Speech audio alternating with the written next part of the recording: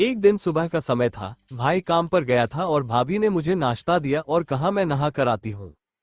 तब तक मैंने नाश्ता कर लिया और टीवी देखने बैठ गया।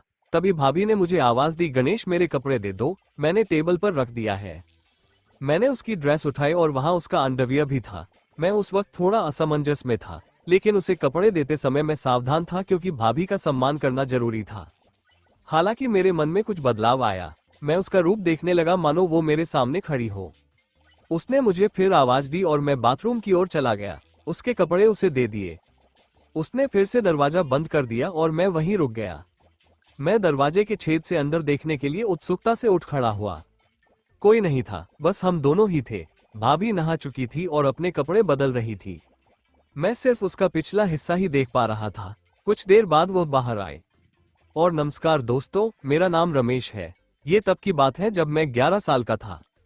मैं बहुत छोटा था जब मैं गर्मी की छुट्टियों में भाई के पास गया था। जब मैं 10वीं क्लास में था तो मेरी भाभी थोड़ी मोटी थी, लेकिन वो बहुत गोरी लग रही थी। वो हर वक्त छोटे कपड़े पहनती रहती थी। पूरे दिन घर पर सिर्फ मैं और भाभी ही होते थे क्योंकि भाई काम पर जाता था। मैं और भाभी बचपन से ही बहुत फ्री रहते थे। वो मेरे बारे में सब कुछ जानती थी तो वो मुझे अपने पास पकड़ लेती और गले लगा लेती। हम हर दिन ऐसा करते थे, लेकिन अब मैं बड़ा हो गया था और मुझे उसकी बाहों में बहुत अच्छा महसूस होता था। जब वो मुझे गले लगाती थी तो मेरा साथी बड़ा हो जाता था। फिर मैंने तुरंत उसे गले लगा लिया और मजे लेने लगा। मैं एक दिवसीय उत्सव के लिए उनके पास गया था। कुछ दिन बीत गए। एक दिन सुबह हो गई। भाई काम पर गए थे और भाभी ने मुझे नाश्ता दिया और कहा मैं नहा कर आती हूँ। तब तक मैंने नाश्ता कर लिया और टीवी देखने बैठ गया। तभी भाभी ने मुझे आवाज दी, गणेश मेरे कपड़े दे दो, मैंने टेबल पर रख दिए हैं। मैंने उसकी ड्रेस उठाई और वहां उसका अंडरवेयर भी था। मैं उस वक्त थोड़ा असमंजस में था, लेकिन उसे कपड़े देते समय मैं सावधान था क्योंकि भाभी का सम्मान करना जरूरी था। हालांकि मेरे मन में कुछ बदलाव आया था। मैं उसका रूप देखने लगा मानो वो मेरे सामने खड़ी हो। उसने मुझे वापस बुलाया और मैं बाथरूम की ओर चला गया। उसके कपड़े उसे दे दिए। उसने फिर दरवाजा बंद कर दिया और मैं वहीं रुक गया। मैं दरवाजे की दरार से अंदर देखने के लिए उत्सुकता से उठ खड़ा हुआ। वहां कोई नहीं था, बस हम दोनों ही थे। भाभी नहा रही थी और अपने कपड़े बदल रही थी। मैं सिर्फ उसका पिछला हिस्सा ही देख पा रहा था। कुछ क्षण बाद वो बाहर आई और मुझसे बोली, गणेश तुम भी नहा लो। मैं तुरंत वहां से निकला और नहाने लगा। अंदर भाभी का अंडरवियर लटका हुआ था। मैंने उसे हाथ में ले लिया और उसकी महक में खो गया। नहाने के बाद कमर पर तौलिया लपेटकर बाहर आया और बोला, भाभी मेरे कपड़े दे दो। भाभी ने मुझे कपड़े दिए और मैं जल्दी से कपड़े पहनकर तैयार होकर रसोई में चला गया। भाई काम पर जा रहे थे। भाभी रसोई में दोपहर का खाना बना रही थी। जब मैं वहां पहुंचा तो उसने मुझे गले लगा लिया। उस वक्त मैं उसके करीब रहकर खुश था। मेरे मन में कहीं न कहीं ऐसा होने लगा। मैंने उससे पूछा, क्या मैं कोई मदद कर सकता हूं? उसने उत्तर दिया, नहीं, तुम यहीं चुपचाप बैठे रहो। फिर वो बातें करती, हंसती, खेलती, खाना बनाती। दोपहर के भोजन के बाद हम बिस्तर पर चले गए। भाभी चादर ओढ़कर सो गई और बोली, गणेश तुम भी मेरे साथ सो जाओ, मैं आज बहुत थक गई हूँ। उसकी आवाज में कुछ खास था और उस पर कई सवाल खड़े हो गए। वो बोली, बदन भी बहुत दर्द कर रहा है। मैंने तुरंत भाभी से पूछा, क्या मैं आपके शरीर को दबा सकता हूँ? अगर आपको कोई दिक्कत नहीं है तो उसने नहीं कहा। मैंने फिर पूछा। मैं उसके पीछे पड़ा और बोला, भाभी बोलो दर्द हो रहा है तो दबा दो। उसने कहा, ठीक है। मैं धीरे धीरे उसके पैर दबाने लगा।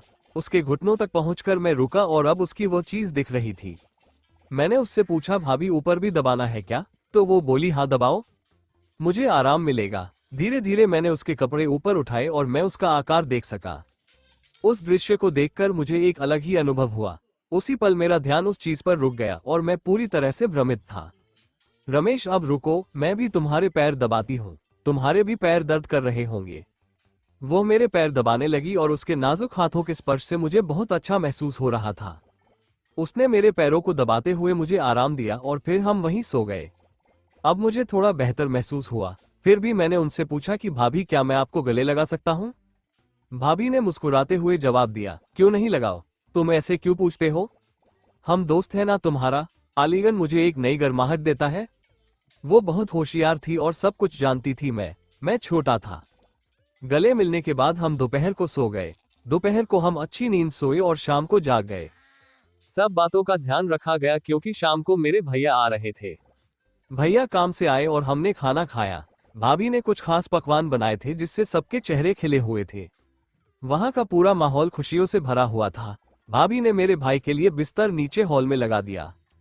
उसके बाद मैं भाभी के साथ बिस्तर पर सो गया क्योंकि हम दोपहर में अच्छी नींद लेते थे, इसलिए हमें रात में नींद नहीं आती थी।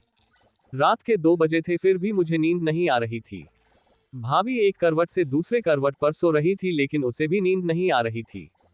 कमरे में एक छोटा सा लाल बल्ब जल रहा था और बाकी कमरा अंधेरे में डूबा हुआ था। उस शांत वातावरण में हमारे मन में विचारों की लहरें दौड़ रही थी। एक दूसरे के करीब होने के कारण उस पल का रहस्य हमारे दिमाग में घूम रहा था। मियाँ और भाभी अंधेरे में जाग रहे थे। उसने मुझसे कहा, शांत रहो रमेश, शोर मत करो, सुबह के 3 बजे हैं। और फिर वो सो गई।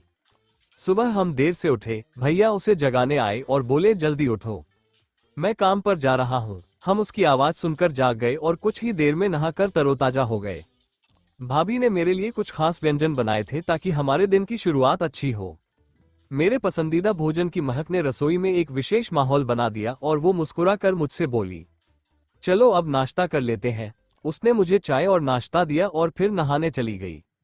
नाश्ता करते समय मुझे रात की घटनाएं याद आ रही थी और सोचा कि क्यों न दोपहर को भाभी से इस बारे में बात की जाए। तभी भाभी ने मुझे अपने कपड़े देने के लिए बुलाया। मैं उसके पास कपड़े ले गया और हमेशा की तरह दरवाजे की दरार से उसे कपड़े बदलते हुए देखा। नहाने के बाद भाभी खाना बना रही थी। मैंने उससे पूछा, भाभी खाना हुआ क्या? उन्होंने जवाब दिया, हाँ थोड़ा सा बाकी है। फिर हमने खाना खाया और आराम करने के लिए बिस्तर पर चले गए। मैं और भाभी एक ही चादर में सो गए। उसने मुझे गले लगाया, मैंने भी उसे कसकर गले लगाया। मैंने भाभी की तरह उसकी तरफ देखा और कहा, क्या मैं एक बात पूछ सकता हूँ? उसने सोचते हुए कहा, पूछो। मैंने आगे कहा, भाभी रात को पति पत्नी क्या करते हैं? भाभी ने मुस्कुराकर जवाब दिया, कुछ नहीं करते। फिर बोली, पति पत्नी जो करते हैं वही करते हैं। जब तुम बड़े हो जाओगे या शादी कर लोगे तब तुम्हें समझ आएगा, लेकिन फिर भी तुम्हें बताती हूँ, पति और पत्नियां वही करते हैं जो जानवर करते हैं। उस दिन कुत्ता और कुतिया जो करते थे वैसा ही पति पत्नी करते हैं। मैंने उनसे पूछा, अरे भाभी यह क्या सिर्फ पति पत्नी के लिए है? उसने जवाब दिया, नहीं, कोई भी कर सकता है, लेकिन इसे निजी रखना महत्वपूर्ण है। यह एक रहस्य है, अगर किसी को पता चल गया तो बड़ी बदनामी हो सकती है। मैंने थोड़ा आश्चर्य से पूछा, क्या ऐसा हो सकता है? उसके बाद मैंने विषय बदलते हुए कहा, भाभी क्या आज हम कोई नई चीज कर सकते हैं? क्योंकि आज मुझे नींद नहीं आ रही है। तो वो मुस्कुरा कर बोली, कोई बात नहीं, चलो ऐसे ही लेटे रहते हैं। फिर हम गले मिले। मैंने उन्हें कसकर पकड़ लिया और कहा, भाभी आप भी मुझे कसकर गले लगा लो। वो तुरंत मेरी बाहों में आ गई। फिर एक अनोखा जादू हुआ। उस क्षण मुझे एक अपूर्व आनंद की अनुभूति हुई। हमारे हाथ एक दूसरे के चारों ओर घूम रहे थे और बीच में उन मधुर क्षणों में हमें बहुत विशेष महसूस हुआ। हम एक दूसरे की बाहों में खो गए। मेरा साथी सख्त हो रहा था और मुझे बाथरूम जाना था। मैंने भाभी से कहा, भाभी मुझे बाथरूम जाना है। उसने भी मुझसे कहा, चलो मुझे भी जाना है। हम दोनों एक साथ बाथरूम गए। फिर मैंने मन में ठान लिया कि भाभी को अपने साथी के दर्शन दिखाऊंगा। भाभी बाथरूम में जाकर बाहर आए और फिर मैं अंदर चला गया और भाभी से बोला, भाभी मेरी संवेदनशील जगह पर थोड़ा दर्द हो रहा है। उसने कहा, क्या हुआ? मैंने कहा, जगह बहुत तंग है। वो बोली, ठीक है दिखाओ। मैंने तुरंत चैन नीचे कर दी और अपने साथी को दिखाया। वो बोली, कहाँ दर्द होता है? मैंने कहा, आगे हल्की सी जलन होती है। उसने कहा, अरे तुमने मिर्च खाई थी क्या? फिर वह तेल लेकर आई और बोली, इसे लगाओ। मैंने कहा, तुम लगाओ, मुझे बहुत जलन हो रही है। वह मुस्कुराई और बोली, ठीक है, अच्छे से सो जाओ, फिर जलन नहीं होगी। उसकी आवाज में एक मिठास थी जो मुझे शांत कर रही थी। फिर मैंने कंबल लिया और मुझसे पूछा, रमेश क्या तुम्हारा दर्द बंद हो गया?